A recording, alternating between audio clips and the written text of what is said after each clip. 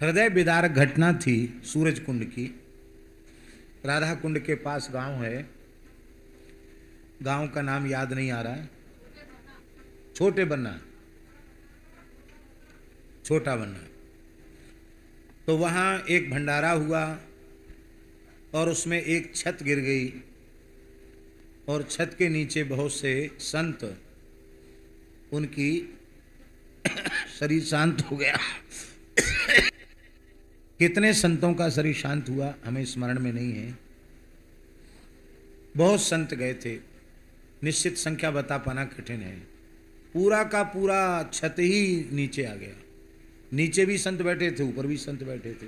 भंडारा था बड़ा।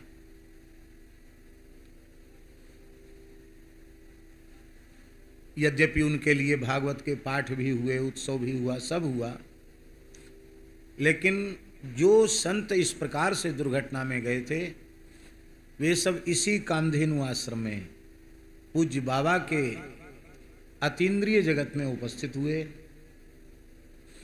और उन्होंने कहा कि बाबा, हम तो इस तरह से मृत्यु होने के कारण भटक रहे हैं, हमको ठिकाने पे पहुंचाओ, हमको सही जगह पहुंचाओ, हमारी आत्मा भटक रही है। बाबा को बार बार आकर वे कहने लगे संत। उस समय हमारी कथा शरणागत आश्रम में चल रही थी और बाबा को बुखार था और उस बुखार की अवस्था में, बहुत ध्यान देकर सुने, बाबा बुखार की अवस्था में, खूब तेज ज्वर था महाराज जी, और शरणागत आश्रम में श्री बिहारीदास जी भक्तमाली जी के यहाँ पहुंचे और बोले, देख मोहे बहुत जोर को बुखार आए रहो है। हाथ दिखाया, एकदम तप रहा था शरीर। बोले, हमें बहुत जोर का बुखार आ रहा है, लेकिन एक आवश्यक बात कहने के लिए मैं यहाँ आया हूँ और कह के मैं तुरंत चला जाऊंगा, बैठूंगा नहीं मैं। उन्होंने कहा, वो संत जिनकी दुर्घटना में मृत्यु हुई है वो हमको विश्राम नहीं करने देते, कहते हमारा उद्धार करो।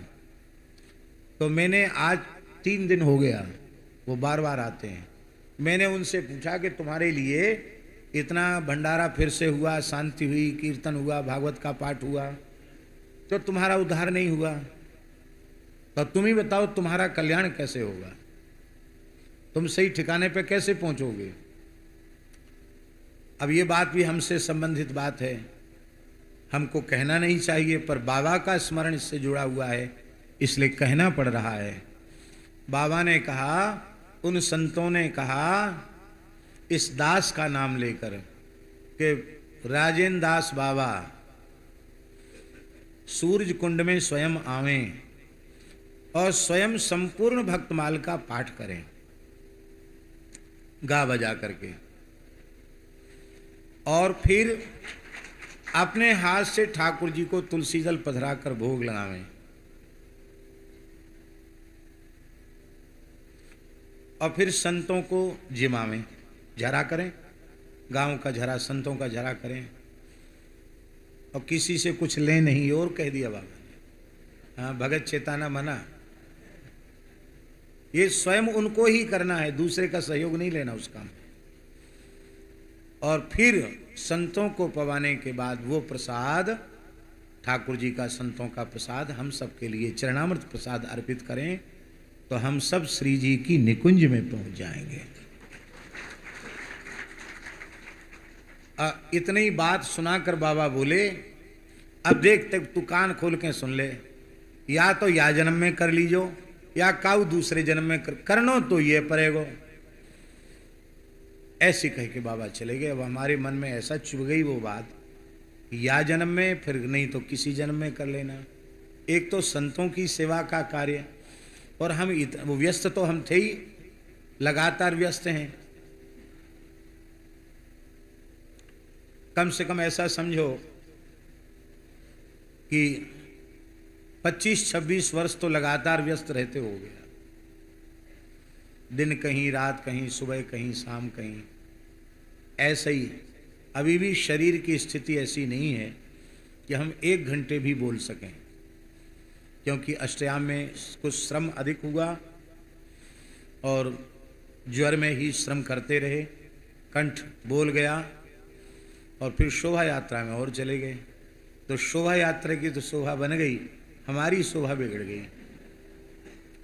डीजल का धुआं और ये और वो सब धुआं धक्कड़, और अस्वस्थ थे बाबा। और उसी समय पानी और बरस गया, ऊपर से रस बरसने लग गया, भीज गए।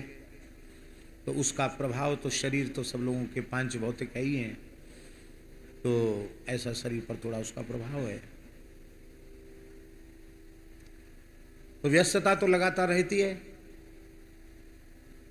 लेकिन वो बात बाबा की हमारे मन में बैठ गई। पर यहाँ के जाने के बाद हमको जाना था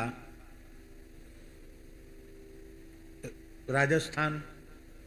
अब इतने जल्दी तो कोई कार्यक्रम किसी को कह दें, कल से ही परसों से कहीं तैयारी हो और अकस्मात कह दिया जाए कि बस अब आपके यहाँ हम नहीं आ सकेंगे, तो हम तुम तो नहीं आ सकोगे, उस पर बेचारे पे क्या बीतेगी जिसकी तैयारी हो गई। तो हमने कहा भाई अब तो धीरे धीरे समय तो निकालना पड़ेगा।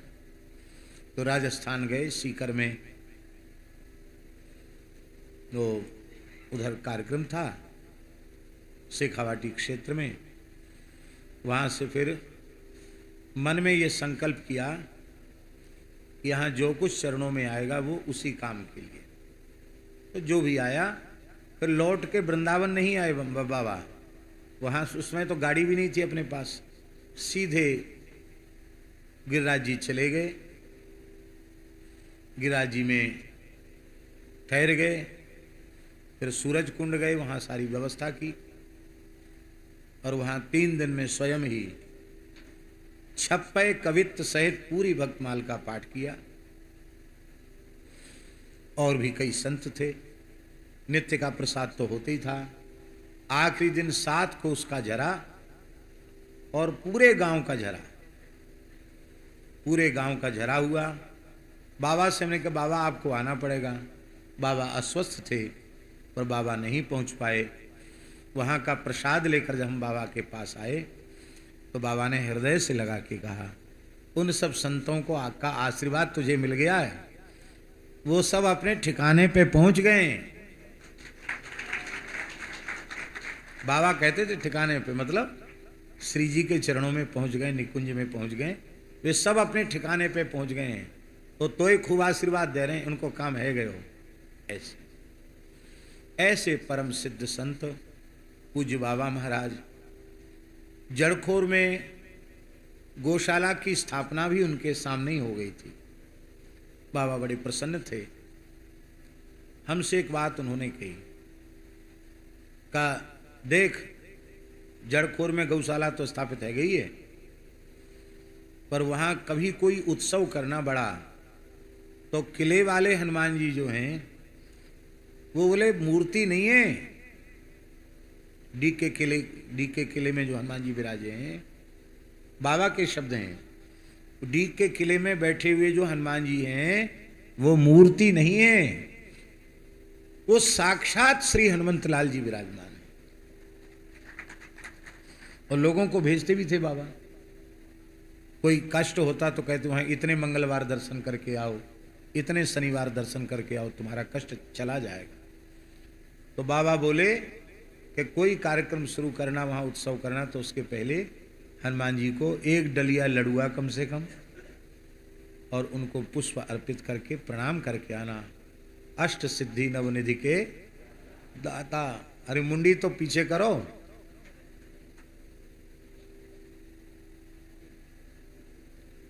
अष्ट सिद्धि नवनिधि के दाता, असवर दीन जानकी माता।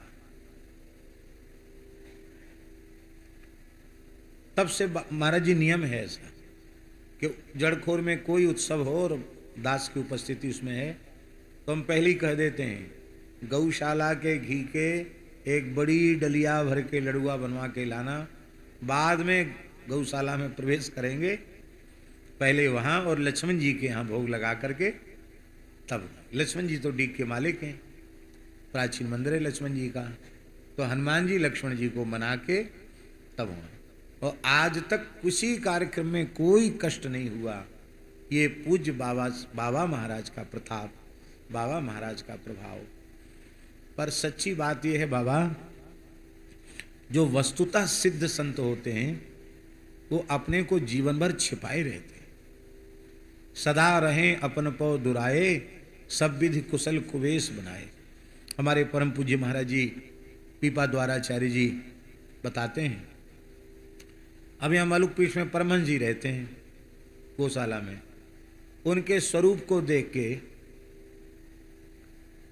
कौन पहचान सकता है, पर परम सिद्ध संत हैं वो। माने हमें ये कहने में तनिक भी संकोच नहीं है, ऐसे संतों के कारण हमारे जैसे भेषधारियों को रोटी खाने को मिल रही है। पूज्य सदगुरुदेव श्री भक्तमाली जी महाराज कितनी ऊंची आध्यात्मिक कक्षा में प्रतिष्ठित महापुरुष थे। उनको देख के यही पता नहीं चले कि ये पढ़े लिखे भी हैं, जबकि विद्वत जगत में कौन ऐसा उनके नाम को न जाने। मध्य प्रदेश में एक छोटे से गांव में मानस सम्मेलन था, उसमें परम पूज्य लक्ष्मण किलाधीश जी महाराज पधारे। परम पूज्य श्री स्वामी सीताराम शरण जी महाराज लक्ष्मण किलाधीश रामानंद संप्रदाय के एक विभूति थे, अनुपम वक्ता, अनुपम विद्वान थे। महाराज जी वहां पहुंचे तो उन्हें बड़ा आश्चर्य हुआ, इतने छोटे गांव में महाराज जी कैसे आए। उन्होंने पूछ लिया महाराज जी बुंदेलखंड के इतने छोटे से गांव में आप कैसे आए।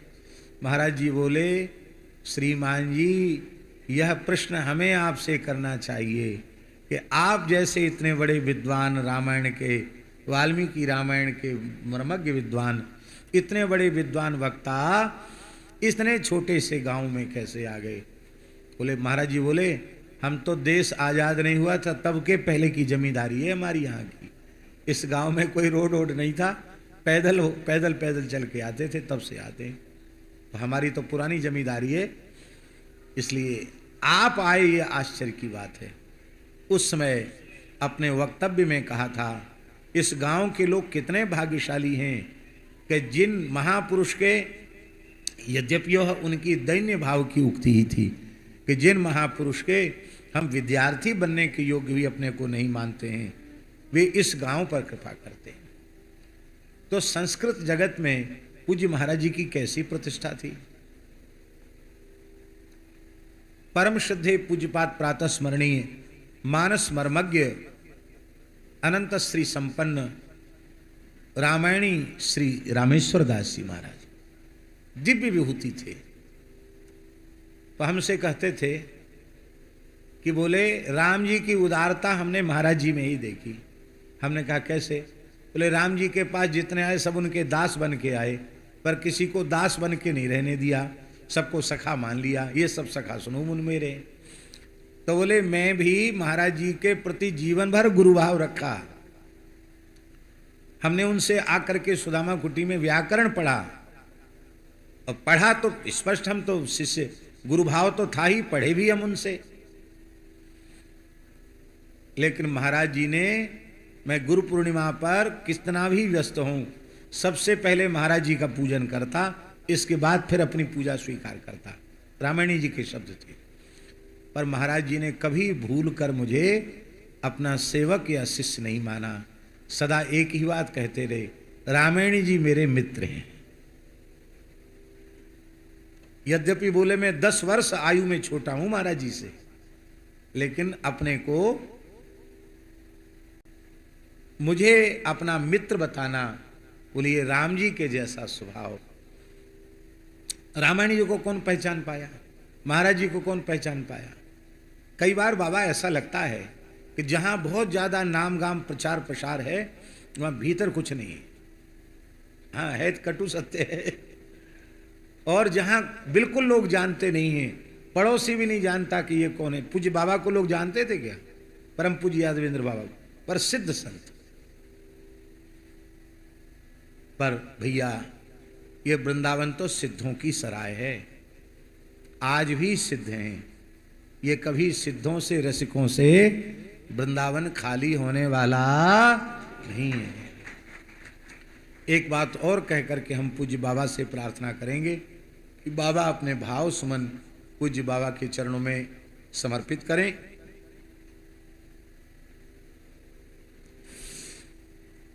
हमारे पूज्य गुरुदेव पहाड़ी बाबा महाराज ने एक घटना सुनाई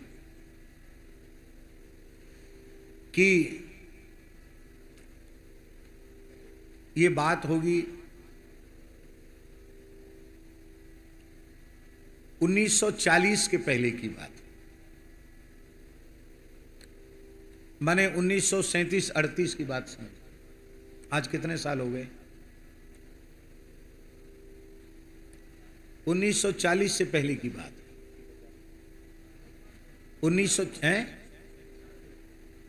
1940 से ही मान लिया जाए तो कितने वर्ष हो गए? 85 वर्ष।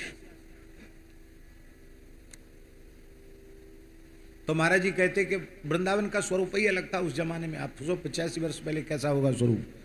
हम लोगों ने 80-81 में जो स्वरूप देखा है उसमें कितना परिवर्तन हो गया, उस समय क्या होगा। तो बोले खाक चौक में एक संत आए, नई अवस्था थी, 30-32 साल की आयु होगी,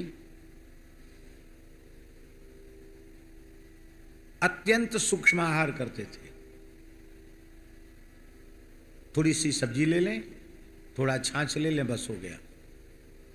सप्ताह में एक दिन इतनी सी खिचड़ी लेते थे, एक दिन अन्न लेते थे सप्ताह में, वो भी मुश्किल से 2-3 तोला। और यमुना स्नान करना नित्य, और एक झोपड़ी जैसी अपनी कपड़ा पड़ा लगा के बना ली थी उन्होंने, और उसी में बैठकर ध्यान करते थे। महाराज जी वत सुनाते थे कि कम से कम 15 घंटे ध्यान में बैठते होंगे। कितने? कम से कम 15 घंटे। एक बैठक में 7 घंटा, दूसरी बैठक में फिर 7-8 घंटा। बोलते किसी से नहीं, बोली सुनी नहीं उनकी। 4 महीने वो रहे, पूरा चातुर्मास किया। इसके बाद जाने लगे।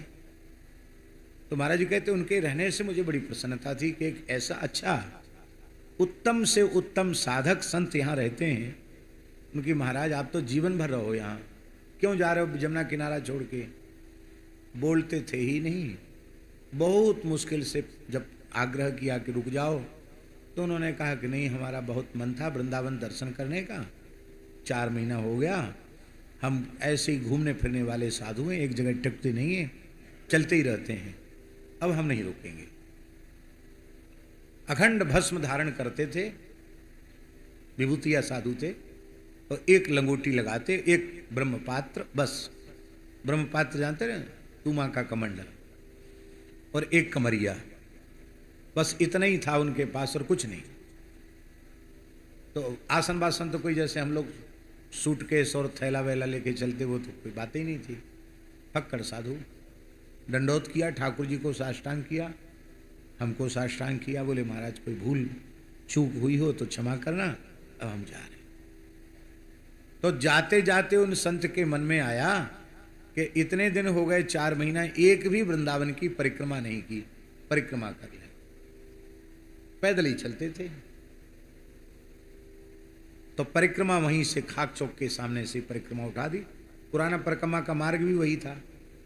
परिक्रमा वहीं से उठा दी और परिक्रमा करते हुए हम रमन रेती आए। हम लोगों ने यहाँ खूब रज का दर्शन किया है। तो उस समय तो क्या स्वरूप रहा होगा, सघन लता सघन वन ही होगा। तो उन्होंने रज में बैठ करके रज की वेदी बनाई और भाव से श्री सीताराम जी को विराजमान किया, और मानसी में ध्यान में सीताराम जी को स्नान श्रृंगार पूजन अभिषेक राग भोग सब किया। बहुत अच्छा लगा उनको। मानसी सेवा करके यहाँ से चले तो जैसी जुगल घाट पहुँचे कि एक भिखारी जैसे संत, जिनके मस्तक पर तिलक नहीं, दुबला पतला शरीर और ऐसे फटे पुराने कपड़ा जैसे शरीर पर लपेटे हुए से, जैसे कोई अवधूत हो, पागल हो, ऐसे ऐसे एक गुदरी थी और कुछ नहीं था। जटा थे उनके, जटा ऐसे बांधे हुए थे। ए बाबा जी इधर आओ, नहीं ए बालक भगवान इधर आओ, उनको बालक भगवान का, इधर आओ, हम तुमसे एक बात पूछते हैं, बुरा तो नहीं मानोगे? हमारे पूछो, क्या बात पूछ रहे हो? बोले राम जी जब विश्वामित्र जी के यज्ञ की रक्षा करने गए तो अकेले गए कि कोई संग में गया? बोले हाँ लक्ष्मण जी गए संग में। ब्याह भी अकेले हुआ? बोले सब भाइयों को, लक्ष्मण जी संग में थे कि नहीं? बोले थे। फिर वनवास लीला हुई, लक्ष्मण जी संग में रहे कि नहीं रहे? हाँ रहे। तो बोले फिर किस अपराध में तुमने लक्ष्मण जी की पूजा छोड़ दी? केवल सीताराम जी की पूजा की। लक्ष्मण जी जीव तत्व हैं, गुरु हैं, आचार्य हैं, उनके चरणों में तुमने एक पुष्प भी अर्पित नहीं किया, और यही अपराध न जाने कितने लंबे समय से करते चले आ रहे हो। अरे लखनलाल जी की भी पूजा कर दिया करो। बोले ये ब्रज है, बलदेव तत्व की पूजा के बिना कृष्ण की पूजा संपन्न नहीं होती है। ऐसे ही लक्ष्मण जी की पूजा के बिना राम जी की पूजा पूरी नहीं होती है। और उनके तो जैसे पैर के नीचे की जमीन खिसक गई। वो विचार करने लगे कि अरे मैं मानसी में रमण रीति में बैठकर सेवा कर रहा हूं, और ये फक्कड़ बाबाजी जुगल घाट पर बैठकर मेरी मानसी अंतर राज्य की, अंतर जगत भाव राज्य की मेरी सेवा का दर्शन कर रहे हैं, और देख रहे हैं कि सीताराम जी की पूजा की, लक्ष्मण जी की नहीं की।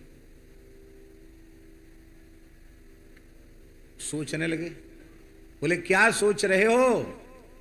वृंदावन सिद्धों की सराय है, यहां पागलों के बेस में भी संत हैं।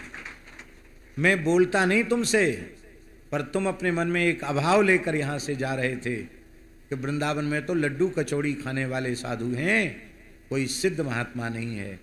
तो ये भ्रम लेके यहां से मत जाओ, नहीं धाम के प्रति अपराध बन जाएगा। धाम में गली गली में सिद्ध हैं, पर वो कहाँ हैं, कैसे हैं, इसको भगवान के अलावा कोई नहीं जानता है। वो इतने प्रभावित हुए कि परिक्रमा करके फिर खाक चौक जहाँ से शुरू की वहाँ तो पहुँच नहीं था, आए और आसन लेके फिर भीतर। तो महाराज बोले बहुत अच्छा किया भाई तुम आ गए। बोले आ नहीं गए, अब कुछ समय यहीं रहेंगे। तो फिर रहे, कई महीने रहे। फिर बोले अब हम बद्रिकाश्रम तरफ जा रहे हैं, हमको घूमने फिरने का अभ्यास है। तो महाराज जी ने पूछा उनको कि हमारे इतना आग्रह करने पर भी रुके नहीं, फिर लौट के आ गए परिक्रमा करके, फिर आखिर इतने समय तक क्यों? इसमें कोई रहस्य है क्या? तब उन संत ने यह घटना महाराज जी को सुनाई, पहाड़ी बाबा को, महाराज जी ने दास को सुनाई। ऐसे ही सिद्ध संतों में जिनकी वेशभूषा से देखकर पता न चले, बाबा की वेशभूषा को देख के पता चल रहा है सिद्ध महात्मा है, पर जो जिसको कह दिया और जैसा कह दिया वही हो गया, ज्यों का त्यों हो गया। ऐसे सिद्ध संत, वृंदावन की विभूति, और पंडित बाबा श्री राम कृष्णदास जी महाराज के विरक्त कुल के रत्न, ऐसे पूज्य बाबा महाराज के युगल चरणों में हम अपने भाव पुष्प अर्पित करते हैं। और साथ ही जी से एक आग्रह करते हैं कि हमने तो जो अभी बहुत कुछ याद नहीं है, पर जो याद था उतना हमने अपनी वाणी से बोल दिया है। बाबा के जीवन चरित्र का भी प्रकाशन होना चाहिए, और उनके हो गया, हमने नहीं देखा, तो बाबा के जीवन चरित्र का भी प्रकाशन, और उनके जीवन की जो जो स्मृतियां हैं।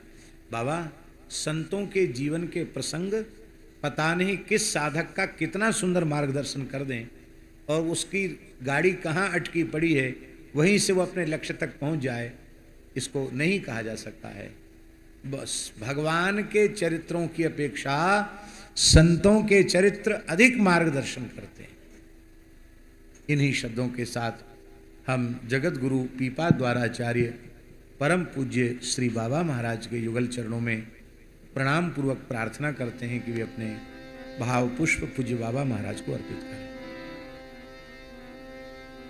ध्यान मूलम गुरुर्मूर्ति, पूजा मूलम गुरुपदम, मंत्र मूलम गुरुर्वाक्यम, मोक्ष मूलम गुरुकृपा। मंत्र सत्यम, पूजा सत्यम, सत्यम देव निरंजनम, गुरुर्वाक्यं सदा सत्यं सत्यं परमं धीमहि वन्दे महापुरुषस्य चरणारविन्दं वन्दे ब्रजवसुन्धरां वन्दे ब्रजवसुन्धरां संतपूर्वाचार्य सहाय। पूज्य मंचस्थ हमारे मालूक पीठाधीश्वर जी महाराज, अग्र पीठाधीश्वर जी महाराज, सभी संत वृंद, भगवत वृंद, भक्तमती माताओं, सर्वप्रथम मैं बाबा महाराज को प्रणाम करता हूँ और इतना ही कहना चाहता हूँ कि बाबा जब बाहर रहे, ब्रज में रहे अलग बात, पर वृंदावन में रहे तो इस दास पर उनका स्नेह रहा। गोविंद कुंड में 2 आश्रमों में रहे, हमारे वन विहार में रहे और उनका जीवन जिस तरह से निर्लेप था, मानो खाटी ब्रजवासी। जो उनकी बातें होती ना, उनमें कोई बनावटीपन नहीं होता। ये आपसे इसलिए कहा, हमारे महाराज जी ने हृदय तल की बात जो सूरज कुंड की बताए। संतों के जीवन में ऐसे चमत्कार सहज होते ही रहते हैं। कब? सरल स्वभाव न मन कुटिलाए, यथा लाभ संतोष सदाए। ऐसे महापुरुष, अभी महाराज जी ने हमारे गणेशदास जी महाराज का नाम लिया। मैं खुले मंच से भी कह सकता हूँ, खुले दिल से भी कह सकता हूँ और कहने में अभिमान युक्त नहीं कह रहा हूँ। आज साधु समाज का यदि उनको मुकुटमणि भी कह दिया जाए तो हमारी वाणी छोटी पड़ेगी। मानो भक्तमाल के अंतर हृदय में कैसे विराजे थे, उसको तो अबे तो बहुत पास रहे और उनकी कृपा प्राप्त है, पर इस दास के ऊपर उनका इतना स्नेह था, यदि वाणी से कहूँगा तो एक अभिमान व्यक्त होता है। पर महाराज श्री इस बालक को अपना मान के ही स्नेह करते थे और मैंने जब भी देखा उस सरलता का वाणी में दम नहीं है वर्णन करने। और बाबा को भी देखा, बाबा की कृपा से मैं तो एक कुटीर वाला बाबा जी हूँ, पर उनकी इतनी कृपा थी कि जब देखो अरे बलराम क्या कर रहे हो तू, जब उधर से निकलते, क्यों हमारे संत दास बाबा गिरिराज मंदिर पे बहुत आया जाया करते थे। मैं बीच में ही कुटिया थी तो मुंह पे कृपा कर ही देते। तो हमको जब महाराज जी कहे तो याद आया, हम सिद्ध कहें प्रसिद्ध कहें वो अलग बात है, पर इतना जरूर कहता हूं कि श्री जी से उनका स्नेह था और ब्रजवासी होने के नाते भरोसा था। और इतनी बात की बात भी कहता हूं, हनुमान जी से बड़ा लाड़ करते थे। भक्तों की जहां बात आती है तो संत तो भक्तों को कहीं ना कहीं जोड़ते ही रहते हैं, परंतु मैं खुले हृदय से कह रहा हूं, सभी के सामने कह रहा हूं, ऐसे सरल महात्मा अब कहाँ जा रहे भगवान जाने। क्योंकि बूढ़े तो रहेंगे नहीं और नए आएंगे नहीं, तब होगा क्या।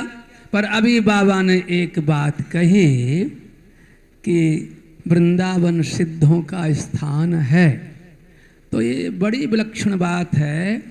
सनकादिक ब्रह्मादिक, शिवादिक, नारदादिक, सिद्धादिक, योगादिक इस प्रिया प्रीतम के चरणों की रज में लोटे हैं, तो वो सिद्धि कहां जाएगी?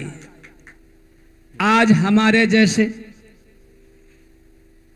जो तुष्ट हृदय, वो भले ही कुछ भी करते रहें, अपने आप को कुछ भी बोलते रहें, परंतु वो दिन कब आएगा इस ब्रजरज में वो भाव संपन्न हो कि ये वही रज है जिसमें प्रिया प्रीतम, ये वही रमण रहती है, ये वही अंतर्यामी का स्थान है, ये उसमें एक अनन्यता आ जाए, विश्वास हो जाए, भरोसा हो जाए, हम अपने स्थान तक ना बंध जाएं।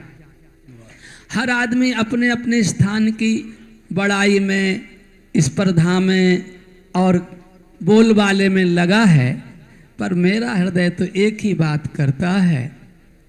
जाकाऊ ने हमारे मोहल्ले में एक पहाड़ी बाबा थे, हर व्यास निकुंज में रहते थे। 8 से 10 घंटे इसी बगीचा में बैठ के प्रिया प्रीतम की मानसी करते थे। हमारे गिरिराज जी के मंदिर में संतदास बाबा थे, मैंने उनके अनुष्ठानों को देखा। 10-10